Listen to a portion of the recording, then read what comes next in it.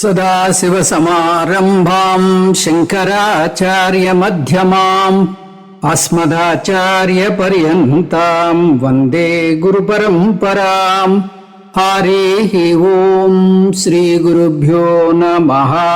హరి ఓం. మనం శిక్షావళిలో 7-8 అనువాకాలు పూర్తి చేసుకున్నాం.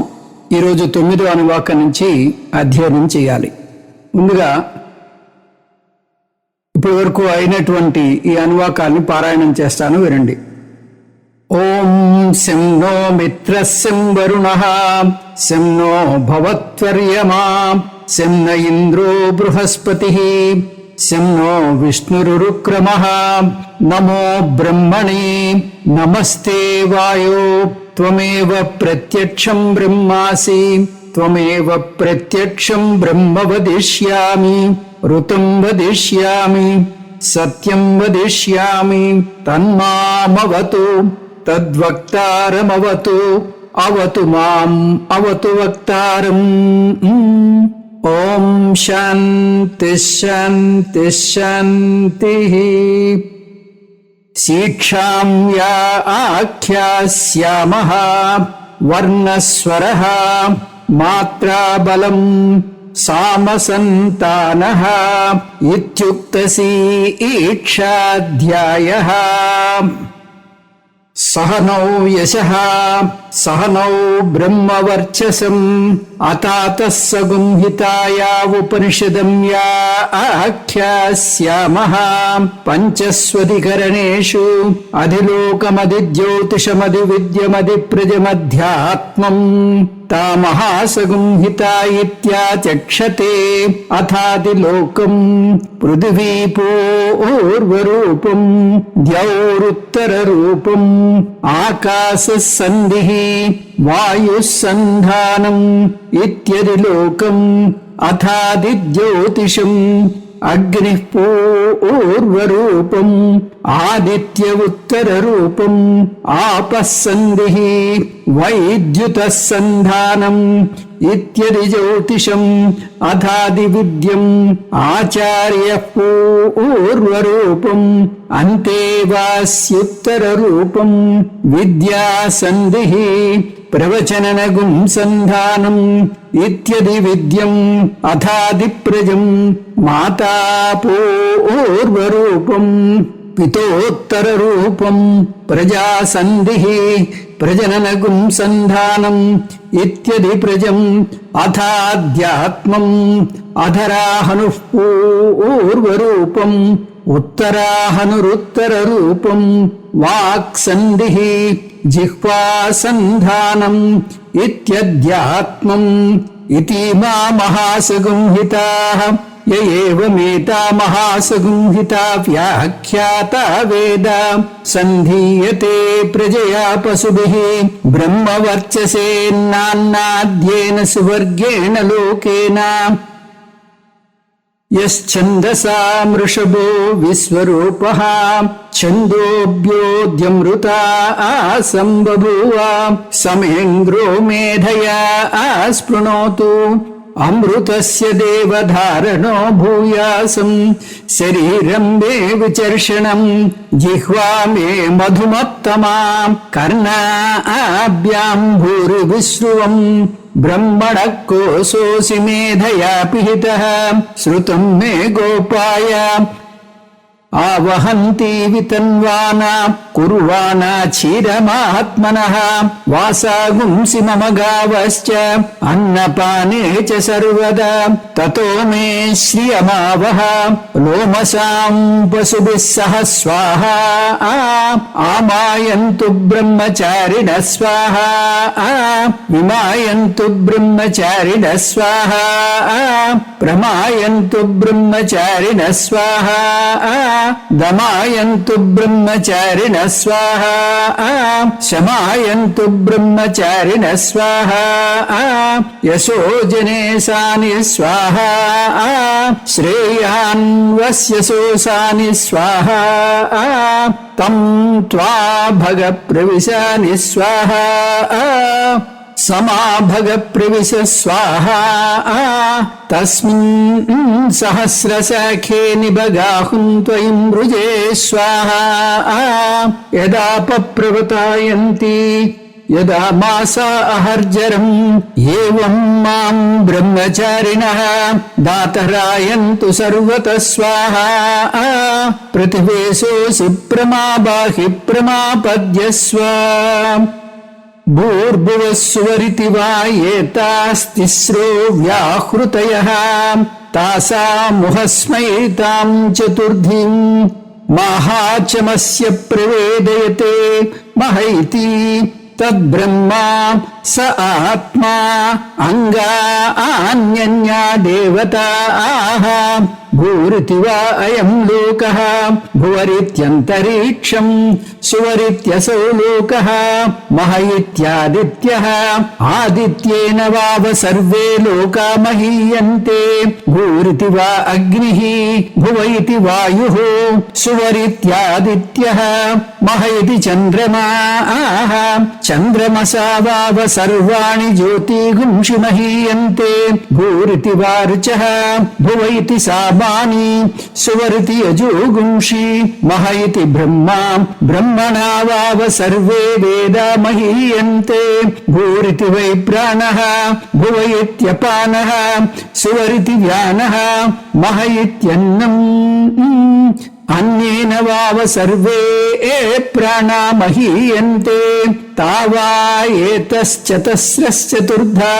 చతస్రశ్చతుస్రో వ్యాహృతయః తాయో వేద స వేద బ్రహ్మ సర్వే ఏస్మై దేవా బలిమావహంతి స ఏషో అంతర్హృదయ ఆకాశః తస్మిన్నయం పురుషో మనోమయః అమృతో హిరణ్మయః అంతరేణ తాలుకే యేషస్తనైవావలంబతే సేంద్రయోనిః యత్రాసో కేశాంతో వివర్తతే వ్యపోహ్య శీర్షకపాలే భూరిత్యగ్నౌ ప్రతితిష్టతి భువ ఇతి వాయౌ సువరిత్యాదిత్యే మహ ఇతి బ్రహ్మణి ఆప్నోతి స్వరాద్యం ఆప్నోతి మనసస్పతిం వాక్పతిచక్షుష్పతిః శ్రోత్రపతిర్విజ్ఞానపతిః ఏతతత్తో భవతి ఆకాశ శరీరం బ్రహ్మ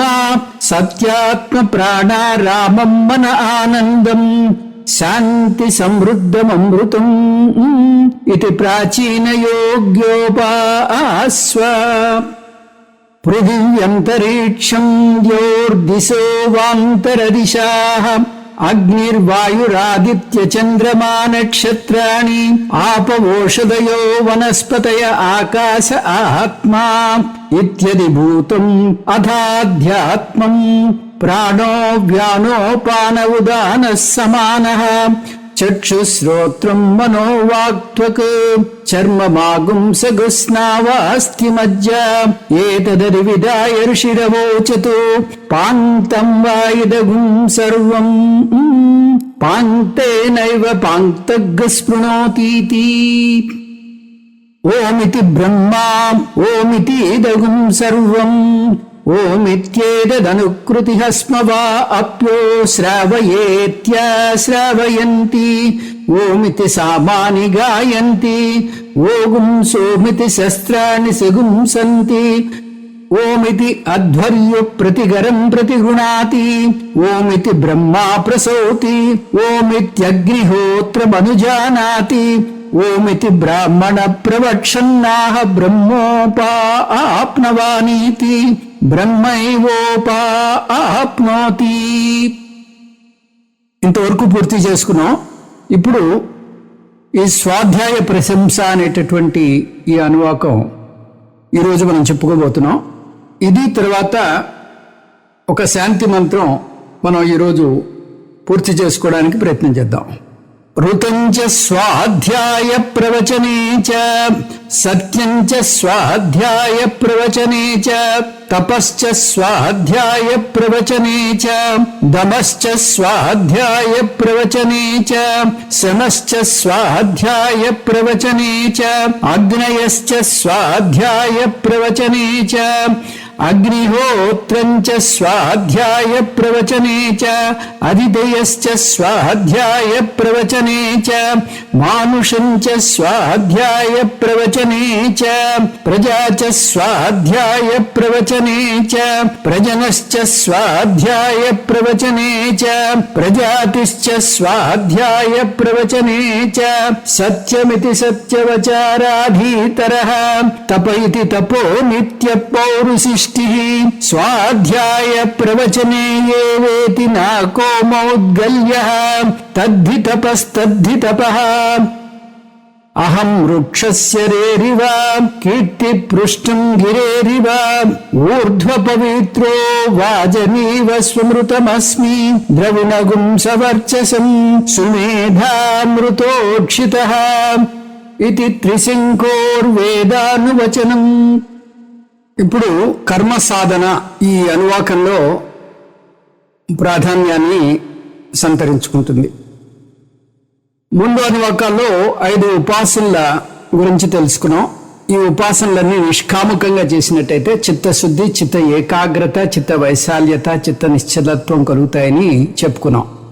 అవి వేదాంత శ్రవణ మనన నిధిధ్యాసనలు చేయడానికి యోగ్యతను మాత్రమే కలుగజేస్తాయి, సాక్షాత్తుగా మోక్షాన్ని ఇవ్వవు. ఉపాసన వల్ల ఆత్మజ్ఞానం రాదు. ఉపాసన ఆత్మజ్ఞాన యోగ్యత ప్రాప్తిని మాత్రమే ఇస్తుంది. ఉపాసన వల్ల మోక్షం రాదు. ఎందుకంటే జ్ఞానం వల్ల మాత్రమే మోక్షం వస్తుందని మనకి శృతి పదే పదే చెప్తోంది. శిక్షావళిలో వైదిక ఉపాసన అనేకం చూసాం. చాందోగ్యంలో 5 అధ్యాయాల్లో అనేక ఉపాసనలు వస్తాయి. అందులో కూడా కొన్ని ఇటువంటి వైదిక ఉపాసనలు ఉన్నాయి. అలాగే బృహదారణ్యకంలో కూడా అనేక వైదిక ఉపాసనలు వస్తాయి. ఈ వైదిక ఉపాసనలను ఇప్పటి ప్రస్తుత కాలమాన పరిస్థితుల దృష్ట్యా పురాణ ఇతిహాసాల్లో ఉండేటటువంటి ఉపాసనలతో మనం వాటిని మార్చుకోవచ్చు. అంటే వాటి బదులుగా ఈ ఉపాసనలు చేయొచ్చు. ఈ వైదిక ఉపాసనలే చేసి తీరాలనేటటువంటి నియమం లేదు. వైదిక మంత్రాలు తెలియని వారికి సంహిత ఉపాసన, వ్యాహృత ఉపాసన చేయడం కొంచెం కష్టం. అందుకని ప్రత్యామ్నాయ ఉపాసన మరేవైనా కూడా స్వీకరించవచ్చు.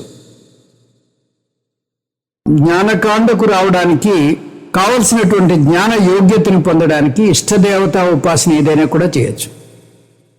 రాముడు, కృష్ణుడు, వినాయకుడు, వెంకటేశ్వరుడు ఎవరైనా మీకు ఇష్టదైవాన్ని ఎంచుకుని ఉపాసన చేయొచ్చు. అది కూడా మీకు నచ్చిన భాషలో. చాలా అందమైన ధ్యాన శ్లోకాలు ఉంటాయి, చివరికి ఇంపైనటువంటి శ్లోకాలు. ఆ శ్లోకాలు తీసుకుని ఉపాసన చేయొచ్చు. ఇక్కడ ఉపనిషత్తు ఉపాసన నుంచి కర్మయోగానికి వస్తుంది. కర్మయోగంలో కాయిక కర్మలు ఎక్కువగా ఉంటాయి. ఉపాసన లేకుండా కేవల కర్మ చేయవచ్చు, కానీ కర్మ లేకుండా కేవల ఉపాసన చేయకూడదు. ప్రత్యేకంగా గృహస్థు జీవన విధానం కర్మ ప్రధానంగా ఉంటుంది. అతని జీవన విధానంలో క్రమేపీ ఉపాసనను చొప్పిస్తుంది ఈ శాస్త్రం. సంధ్యావందనం చేసేటప్పుడు కూడా ముందు కర్మ మాత్రమే ఉంటుంది. అర్ఘ్యం సమర్పయామి అంటూ మొదలుపెడతాం. తర్వాత గాయత్రి మంత్రజపం చేయడం ద్వారా ఉపాసనను ప్రవేశపెడుతుంది శాస్త్రం. గృహస్థుగా ఉన్నప్పుడు శరీరం దృఢంగా ఉంటుంది కాబట్టి అనేక కాయిక కర్మల్ని నిర్దేశించింది శాస్త్రం. క్రమేపీ శక్తి తగ్గుతుంది. ఆ శక్తి విహీనం అవుతున్న కొద్దీ కర్మలను తగ్గించి ఉపాసనా ప్రధానంగా చేయిస్తుంది శాస్త్రం. అతని జీవితాన్ని, అంటే వానప్రస్థాశ్రమానికి వచ్చేసరికి అతని జీవితం ఉపాసనా ప్రధానంగా ఉంటుంది. అంటే వానప్రస్థాశ్రమానికి వచ్చేసరికి సాధకుడి జీవితం ఉపాసనా ప్రధానంగా ఉంటుంది.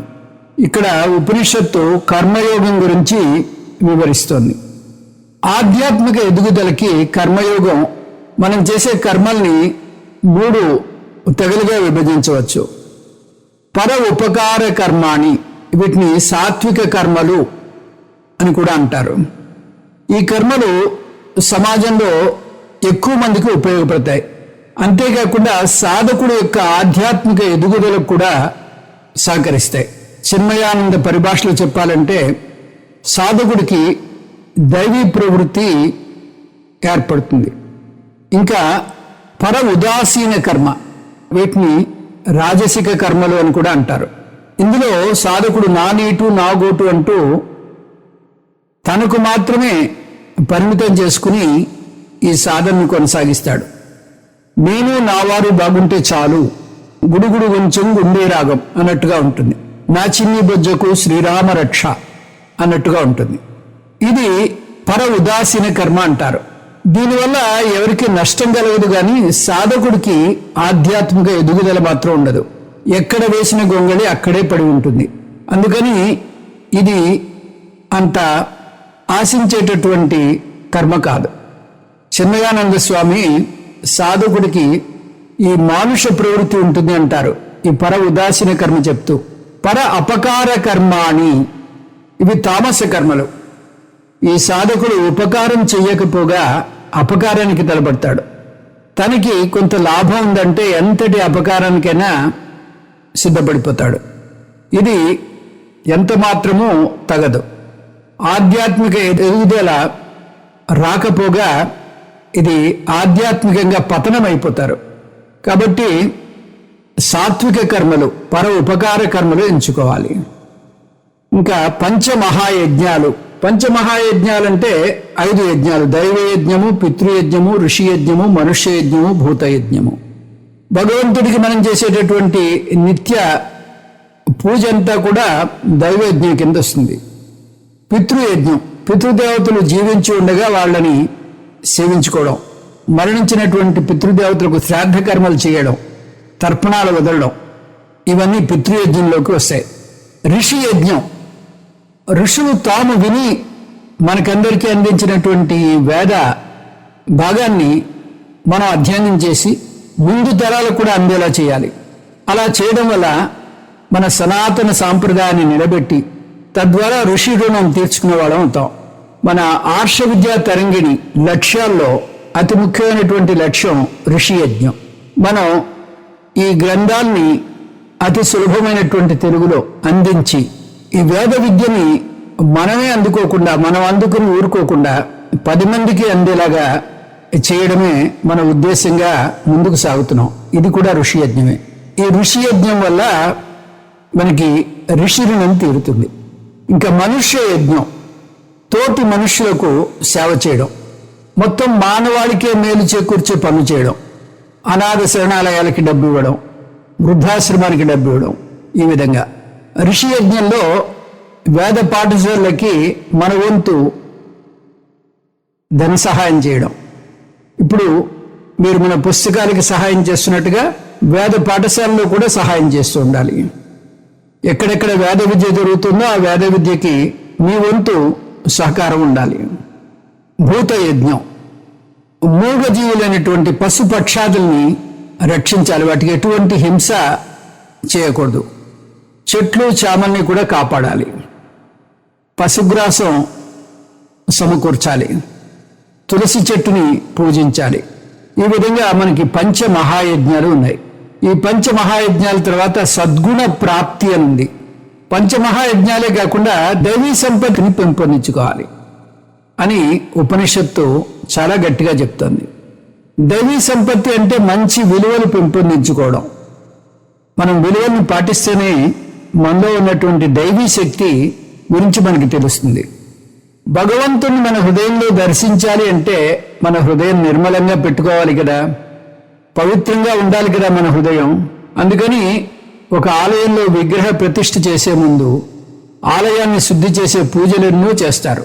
ఇప్పుడు మనకి ఈ జనవరి 22వ రోజు రామ ప్రతిష్ఠ జరగబోతోంది.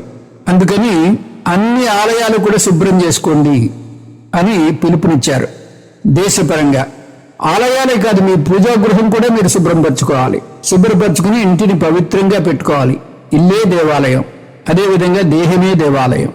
ఇంకా స్వాధ్యాయ ప్రవచనేచ, ఈ అనువాకం అంతా కూడా స్వాధ్యాయ ప్రవచనేచ అనేటటువంటి పదాలతోటి ప్రతి వాక్యం చివర వస్తూ ఉంటుంది. స్వాధ్యాయ ప్రవచనేచ, ఈ అనువాకంలో ప్రతి వాక్యం చివర వస్తాయి. స్వాధ్యాయం అంటే శాస్త్రాన్ని అధ్యయనం చేయడం. బ్రహ్మచర్య ఆశ్రమంలో బ్రహ్మచారి తన వృత్తికి తగ్గ శాస్త్రంతో పాటు ధర్మశాస్త్రాన్ని కూడా అధ్యయనం చేస్తాడు. అంటే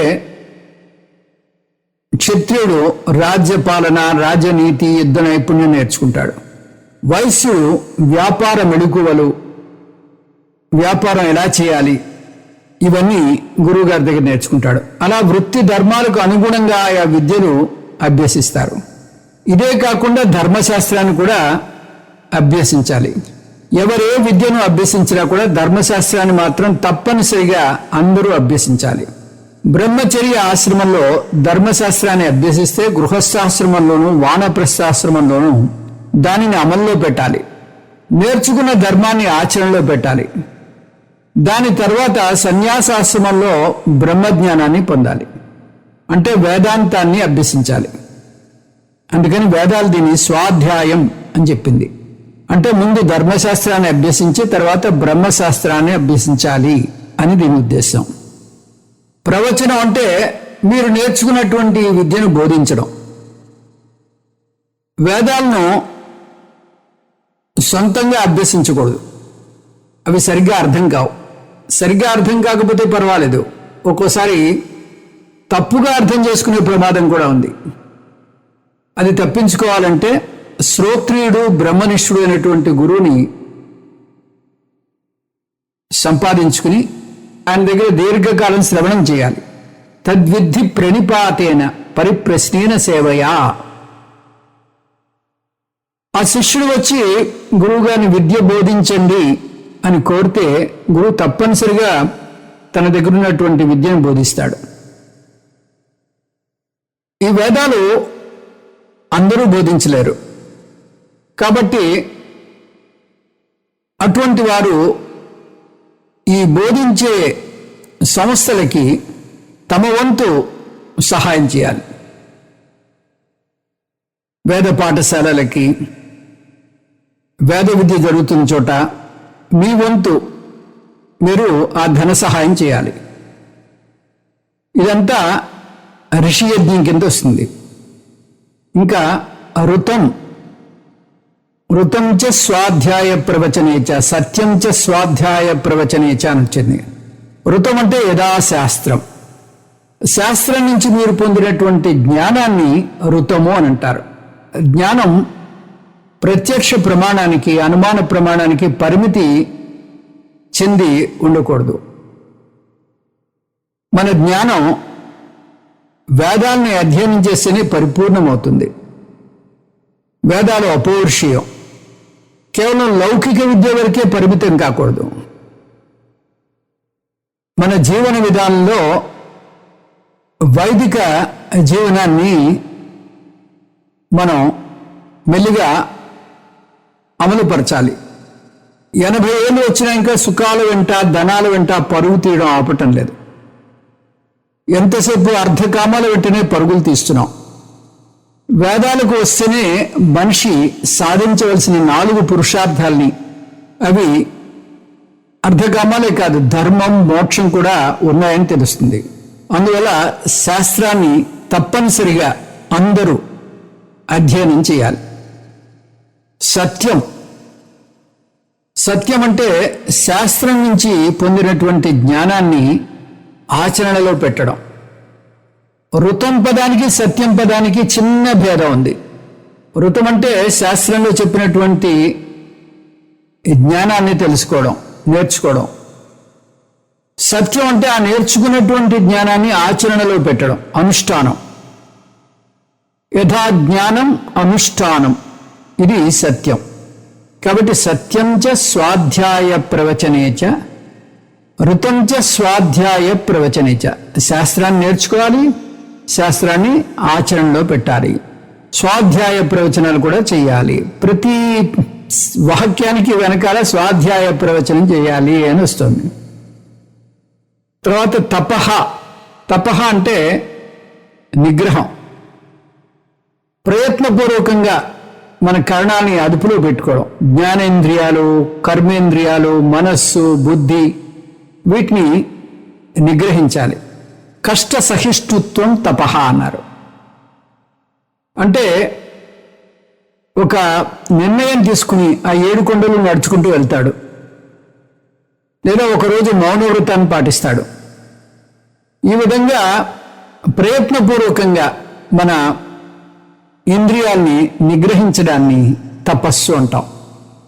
అవి మన అధీనంలో ఉన్నాయో లేదో ఎలా తెలుస్తుందంటే మనమే వాటికి యజమాని అనుకుంటాం, కానీ ఎప్పుడో మనకి తెలియకుండా వాటి అధీనంలో మనం జారిపోతాం. అది తెలుసుకునేసరికి పరిస్థితి పూర్తిగా అదుపు తప్పిపోతుంది. ముఖ్యంగా ఈ మత్తు పదార్థాలకి బానిసైన వ్యక్తి దానికి పూర్తిగా బానిసయ్యాక కానీ ఆ విషయాన్ని తెలుసుకోలేడు. అందువల్ల మధ్య మధ్యలో మనం అలవాటుగా చేసే పని ఒకరోజు మాని చూడాలి. ఉదాహరణకు మీరు కాఫీ గత ప్రాణులు అనుకోండి, ఒకరోజు కాఫీ పూర్తిగా తాగకుండా ఉండాలి. మనస్సు పదే పదే దాని మీద లాగుతూ ఉంటే మనం దానికి బానిస అయిపోయినట్టు. అందువల్ల మధ్య మధ్యలో ప్రయత్నపూర్వకంగా ఏదైనా మానేయాలి. గురువు చెప్పాడనో, శాస్త్రం చెప్తుండనో మాంటే అది అనగదొక్కడం అవుతుంది. మనంతట మనం ప్రయత్నపూర్వకంగా, ఇష్టాపూర్వకంగా మానితే అది నిగ్రహం అవుతుంది. అది నియంత్రణ కాదు, అనగదొక్కడం కాదు.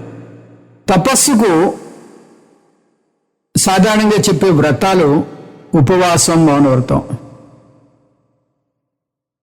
నాలుక చాలా శక్తివంతమైనటువంటి పరికరం, అందుకని అది నిగ్రహించడానికి ఉపవాసం శాస్త్రం చెప్తూ ఉంటుంది. అలాగే నాలుకకి 2 పనులు ఉన్నాయి కదా, ఒకటి తినడం, రెండోది మాట్లాడడం. మాట్లాడడం కూడా మనం అదుపులో పెట్టుకోవాలి, అందుకని మౌనవ్రతం చేయాలి. కృచ్ఛ్రం, ఈ విధమైనటువంటి ఉపవాసాన్ని ప్రాయశ్చిత్త కర్మగా పాటిస్తారు. అంటే ఏదైనా నియమాన్ని ఉల్లంఘిస్తే దానికి పరిహారంగా ఉపవాసం ఉండడం, దీన్ని కృచ్ఛ్రం అంటారు. చాంద్రాయణం, చాంద్రాయణం అనేది ఇదొక వ్రతం. ఇది పూర్ణమి రోజు కడుపు నిండా తిని రోజు కొంచెం కొంచెం తగ్గించుకుంటూ అమావాస్య రోజు పూర్తిగా తినకూడదు. మళ్ళీ మరుసటి రోజు నుంచి కొంచెం కొంచెంగా పెంచుకుంటూ పూర్ణమి రోజు పూర్తిగా తినాలి. అంటే ఉదాహరణకి పౌర్ణమి రోజు మీరు 15 ఇడ్లీలు తిన్నారనుకోండి, మరుసటి రోజు 14, ఆ మరుసటి రోజు 13, అలా తగ్గించుకుంటూ అమావాస్య రోజు పూర్తి ఉపవాసం ఉండాలి. అమావాస్య మరుసటి రోజు మళ్ళీ 1 ఇడ్లీ తినడం మొదలుపెట్టి అట్లా మళ్ళీ పూర్ణిమ వచ్చే వరకు 15 ఇడ్లీల వరకు పెంచుకోవచ్చు. ఈ విధంగా చేసే నియమాన్ని చాంద్రాయణము అంటారు. చాంద్రాయణ వ్రతము. చంద్రుడి యొక్క కళలను బట్టి మీ యొక్క ఆహారం ఉంటుంది. ఇంకా దానం. ఒకవేళ ఉపవాసం ఉండడానికి మీ శరీరం సహకరించకపోతే, మీ ఆరోగ్యం సహకరించకపోతే బలవంతంగా ఉపవాసం ఉండకూడదు. అందులోనూ డయాబెటీస్ వాళ్ళు ఉపవాసం ఉండకూడదు. శాస్త్రం దీనికి ప్రత్యామ్నాయం సూచించింది. ఎవరికైనా కొంచెం సొమ్మును దానం చేయొచ్చు. దమహ అంటే ఇంద్రియ నిగ్రహం. నిగ్రహం అంటే వేరు, అణగదొక్కడం అంటే వేరు. నిత్యానిత్య వస్తు వివేకం చేస్తే దానంతటికదే వైరాగ్యం వస్తుంది. అప్పుడు ఇంద్రియాలను తేలికగా అదుపులో పెట్టగలుగుతాం. దాని బదులు ఎవరో చెప్పారని చేస్తే మాత్రం అది అణగదొక్కడం అవుతుంది. అది ఎంతో కాలం నిలబడదు. మనకి దైవీ శక్తిని పెంపొందించేటటువంటి వస్తువుల వైపు ఇష్టంగా దృష్టిని మరల్చాలి. సాధారణంగా దీనికి భిన్నంగా ప్రవర్తిస్తాం. చెడు వైపు తేలిగా ఆకర్షింపబడతాం. మనకు శ్రేయస్కరమైన వాటికి చాలా దూరంగా వెళ్ళిపోతూ ఉంటాం. ఎందుకంటే కిందికి జాగడం చాలా తేలిక, కొండపైకి ఎక్కడం కష్టం. శమహ అంటే మనోనిగ్రహం. మన ఆలోచనలను గమనించాలి, అవి మన మాటలు అవుతాయి. మన మాటలని గమనించాలి, అవి మన చర్యలు అవుతాయి. మన చర్యల్ని గమనించాలి. అవి మన అలవాట్లు అవుతాయి. మన అలవాట్లని గమనించాలి. అవి మన భవిష్యత్తునే నిర్ణయిస్తాయి. ఈ మనోనిగ్రహం చాలా ముఖ్యం. మనోనిగ్రహం లేకపోతే ఇంద్రియ నిగ్రహం, దమం చాలా కష్టం. మనస్సు సహకరిస్తేనే ఇంద్రియాలు సహకరిస్తాయి. అవున ప్రశ్నలో ఈ పదాలు వస్తాయి. తస్మాత్ మనసా యథా పురుష అభిగచ్చతి. అతని ప్రమేయం లేకుండానే ఎప్పుడైతే మనస్సులో ఆ ఆలోచన తీవ్రంగా ఉంటుందో తత్వాచా వదతి. తను పలకవద్దనుకున్నా కూడా బయటికి మాటల రూపంలో అపశృతి దొర్లుతుంది. అంటే అతనికి తెలియకుండానే ఏదేదో మాట్లాడేస్తాడు. అంటే ఆ ఆలోచన అతనిలో ఎంత తీవ్రంగా ఉందో అర్థమవుతుంది. ఆ హానికరమైన మాటలు బయటికి దూసుకు వస్తున్నాయంటే అతని లోపల జరగవలసినటువంటి హాని జరిగిపోయింది అని. తత్కర్మణా కరోతి. చివరికి ఆ మాటల్ని అతని ఆచరణలో పెడతాడు. ఇది అరుణ ప్రశ్నలో వస్తుంది. ఇది అందువల్ల ఆలోచనలను మనం శ్రద్ధగా గమనిస్తూ ఉండాలి. మన మానసిక జీవనం కూడా ఆదర్శవంతంగా ఉండాలి. అగ్నయశ్చ. ఇక్కడ అగ్ని అంటే వైదిక యజ్ఞాలు లేదా దైవ యజ్ఞము. యజ్ఞాలను అగ్ని అనడానికి సాంకేతిక కారణాలు ఉన్నాయి. యజ్ఞాల్లో అగ్నిని వెలిగించే తతంగాన్ని అగ్ని ఆదానము అంటారు. ఒక పద్ధతిలో గృహస్థు వెలిగించిన అగ్నిని గార్హపత్య అగ్ని అంటారు. ఈ అగ్ని నిత్యాగ్నిలాగా ఆ గృహస్థు జీవితాంతం మండుతూ ఉండాలి. ఈ గార్హపత్య అగ్నితో ఆ గృహస్థుకు అంత్యేష్టి కర్మ కూడా జరగాలి. యజ్ఞాలు చేసేటప్పుడు గృహస్థు ఈ గార్హపత్య అగ్ని నుంచి ఆయా యజ్ఞాలను బట్టి 2 అగ్నులను వెలిగిస్తాడు. వాటిని ఆహవనీయాగ్ని, దక్షిణాగ్ని అని అంటారు. యజ్ఞాలు ముగిశాక వాటిని తిరిగి గార్హపత్య అగ్నిలో కలుపుతాడు. ఈ విధంగా ఒక వైదిక సాంప్రదాయంలో 3 అగ్నులు ప్రధాన పాత్రను వహిస్తాయి. ఈ 3 అగ్నులు అన్ని రకాల యజ్ఞాలకి సాంకేతికం. అలా ఒక గృహస్థుకు 26 అగ్ని క్రియలు, అగ్ని యజ్ఞాలు నిర్దేశించబడ్డాయి. 7 పాక యజ్ఞాలు, 7 హవిరి యజ్ఞాలు, 7 సోమయజ్ఞాలు, 5 మహాయజ్ఞాలు. అగ్నిహోత్రంచ స్వాధ్యాయ ప్రవచనేచ. అగ్నిహోత్రం ఇది ప్రాథమిక వైదిక యజ్ఞం. అగ్నిహోత్రాన్ని చేయనం చేయాలి.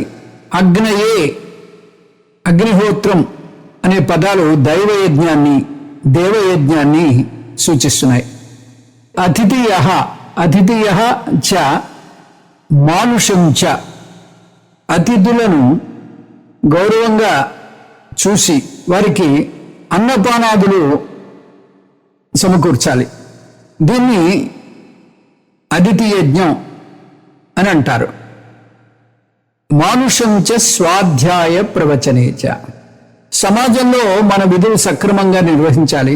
మనం సమాజంలో ఒక భాగం కాబట్టి సమాజానికి రుణపడి ఉన్నాం. సమాజంలో తోటి వ్యక్తి యొక్క అండదండ లేకపోతే మనం సజావుగా జీవించలేం. కాబట్టి మన తోటి వారికి మనం సహాయం చేయాలి. ఒక బీద విద్యార్థిని చదివించాలి. ఈ మనుష్య యజ్ఞం అనేక రకాలైనటువంటి సాంఘిక సేవలు మనకి అందుబాటులో ఉంటాయి. వాటిలో ఏదైనా స్వీకరించి మీ వంతుగా మీరు సహాయం చేస్తూ ఉండాలి. సన్యాసికి మాత్రమే ఈ బాధ్యత ఉండదు. గృహస్థికి తప్పనిసరిగా ఈ బాధ్యత ఉంటుంది. సన్యాసికి భిక్షలో ఏది దొరికితే దాంతో సంతృప్తి పొందాలి. యదృచ్ఛ లాభ సంతుష్ట అని చెప్పారు. అతిథేయ, మానుషం అనే పదాలు మనుష్య యజ్ఞాన్ని సూచిస్తున్నాయి. ప్రజాచ, ప్రజనశ్చ, ప్రజాతిశ్చ. ఈ 3 కలిపి పితృయజ్ఞంలోకి వస్తాయి. వంశాభివృద్ధి కోసం, కులాభివృద్ధి కోసం చేసే సేవలు. మన వంశాన్ని నిలబెట్టే బాధ్యత మన భుజస్కంధాల మీద ఉంటుంది. దానిలో భాగంగా పెళ్లి చేసుకోవడం, పిల్లల్ని కనడం వస్తుంది. అందువల్ల సంతతిని పెంపొందించడం కూడా పితృయజ్ఞంలో ఒక భాగం అవుతుంది. అవి ఎలాగో చూద్దాం. ప్రజ అంటే పిల్లల్ని కనడం, గృహస్థు ధర్మంగా దీన్ని పేర్కొంటుంది. సృష్టిలో ఏ జీవిని తీసుకున్నా ఆ జీవికి పిల్లలు పుట్టడం చాలా సహజంగా జరుగుతుంది. అలాంటప్పుడు దాని ఉపనిషత్తు ఎందుకు ప్రత్యేకించి చెప్తోంది? వేదాలు పెళ్ళైన జంట తాము ఆధ్యాత్మికంగా ఎదగటానికి సంతతిని పెంపొందించాలి. మన శాస్త్రాల గొప్పదనమే ఇది. సర్వసాధారణమైన ప్రకృతి సిద్ధమైన ఒక చిన్న చర్యను కూడా పవిత్రమైనటువంటి సాధనగా తీర్చిదిద్దుతోంది. ఊపిరి పీల్చుకోవడం సర్వసాధారణమైన చర్య, కానీ ఇంత ప్రాథమిక చర్యను కూడా ఒక సాధనగా మలిచింది. దాన్ని ప్రాణాయామ సాధన అంది. అంటే ప్రకృతి సహజంగా మనకు తెలియకుండా చేసే చర్యను కూడా ఒక ప్రయత్నపూర్వకమైనటువంటి చర్యగా, అది కూడా ఒక పవిత్రమైనటువంటి చర్యగా చేయమంటోంది. ప్రాణాయామం చేయడానికి అనువైన ప్రదేశం, అనువైన కాలం, అనువైన శాస్త్రాన్ని నిర్దేశించింది. తినేటప్పుడు ఆ వైశ్వానరాగ్ని ఉందని, దానివల్ల మనకి పచనక్రియ జరుగుతోందని, అక్కడ కూడా మనం ఒక నైవేద్యం అర్పిస్తున్నట్టుగా భావించుకుంటూ తినాలంటుంది. ఈ విధంగా మన జీవనం, వైదిక జీవనం ధర్మపరంగా కొనసాగాలి అంటే, ముందు తరాలకి ఇంకా కొనసాగాలి అంటే వైదిక సంస్కృతి కలిగినటువంటి పిల్లలు పుట్టాలి. ఆ పుట్టిన పిల్లలకి ఆ వైదిక జీవనాన్ని అందించాలి. ప్రజనహ అంటే పుత్రుణ్ణి కనడానికి వివాహ సంస్కారము, గర్భాధాన సంస్కారాలు చేయాలి.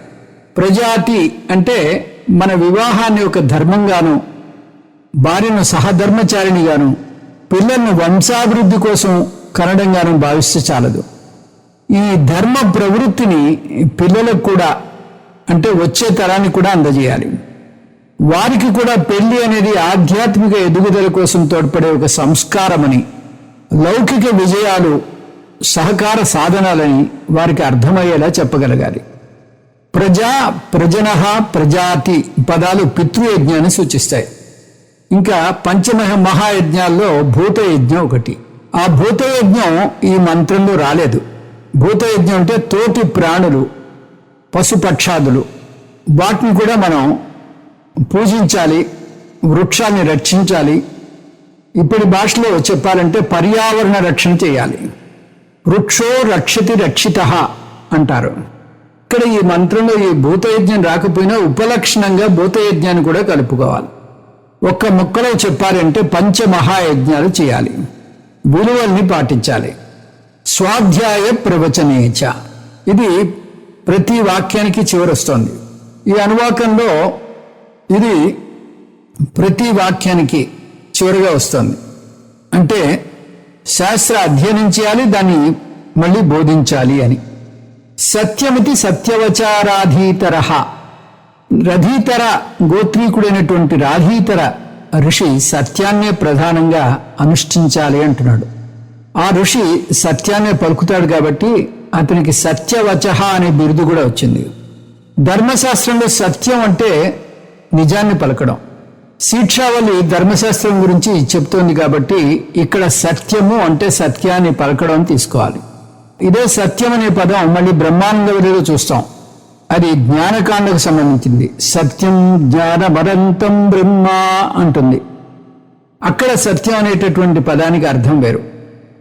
సత్యం అంటే శుద్ధ ఉనికి లేదా శుద్ధ సత్తా అని తీసుకోవాలి బ్రహ్మానందవల్లిలో. తప ఇది తపో నిత్య పౌరుశిష్టి, పురుశిష్ట పుత్రుడైనటువంటి పౌరుశిష్టి అనే ఋషి తపస్సునే ప్రధానంగా చేయాలని బోధిస్తున్నాడు. ఆయన తపస్సుని అనుష్ఠానంగా చేసుకున్నాడు కాబట్టి ఆ ఋషిని తపోనిత్య అని కూడా అంటారు. స్వాధ్యాయ ప్రవచనే ఏవేతి నాకో మౌద్గల్య, ముద్గల్య పుత్రుడైన మౌద్గల్య ఋషి స్వాధ్యాయ ప్రవచనం ఉత్తమ సాధన అంటున్నాడు. ముద్గల్య ఋషికి నాకహ అనే పేరుంది. స్వాధ్యాయ ప్రవచనం అంటే శాస్త్రాన్ని అధ్యయనం చేయడం, అధ్యాపనం చేయడం అని కూడా చూసాం. ఈ విధంగా ముగ్గురు ఋషులు మూడు భిన్న అభిప్రాయాలను వెలిబుచ్చుతున్నారు. ప్రాధీతర ఋషి సత్యాన్ని పలకమంటే పౌరుశిష్టి ఋషి తపస్సు చేయాలంటున్నాడు. మౌద్గల్య ఋషి స్వాధ్యాయ ప్రవచనాలు చేయాలంటున్నాడు. ఉపనిషత్తు ఈ ముగ్గురులో ఒకరిది శ్రేష్టం అంటోంది. తద్ధి తప తద్ధి తపః అంటోంది. తత్ హి తపః. తత్ అంటే మూడవది, అంటే స్వాధ్యాయ ప్రవచనం. మూడవదైనటువంటి స్వాధ్యాయ ప్రవచనం, ఆ ప్రవచనమే అదే ఉత్తమమైనది, శ్రేష్టమైన తపస్సు అంటోంది ఉపనిషత్. తద్ధి తపః అంటే రెండోసారి మళ్ళీ తపస్సు అని చెప్పడం దాన్ని నొక్కి ఒక్కానిస్తున్నట్టు అనమాట. అంటే అవధారణార్థం. మామూలుగా శాస్త్రంలో ఒక పదాన్ని మళ్ళీ వాడితే దాన్ని పునరుక్తి దోషం అంటారు. ఇక్కడ పునరుక్తి దోషం లేదు, ఎందుకంటే అవధారణార్థం పునరుక్తి. తద్భావన, సద్భావన.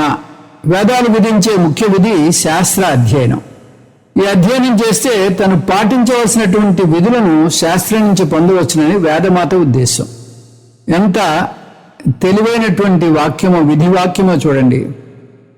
అందుకే మన గురువు గారు పరమార్థానందజీ ఆయన ఇచ్చేటటువంటి విలువైనటువంటి సందేశం, ఫాలో ది శాస్త్ర, శాస్త్ర అధ్యయనాన్ని చేయండి. ఈ శాస్త్ర అధ్యయనం కేవలం బ్రహ్మచర్యంలోనే కాదు, 4 ఆశ్రమాల్లోనూ చేయాలి అంటుంది వేదమాత. పతంజలి అష్టాంగ యోగ సూత్రాన్ని గమనించండి.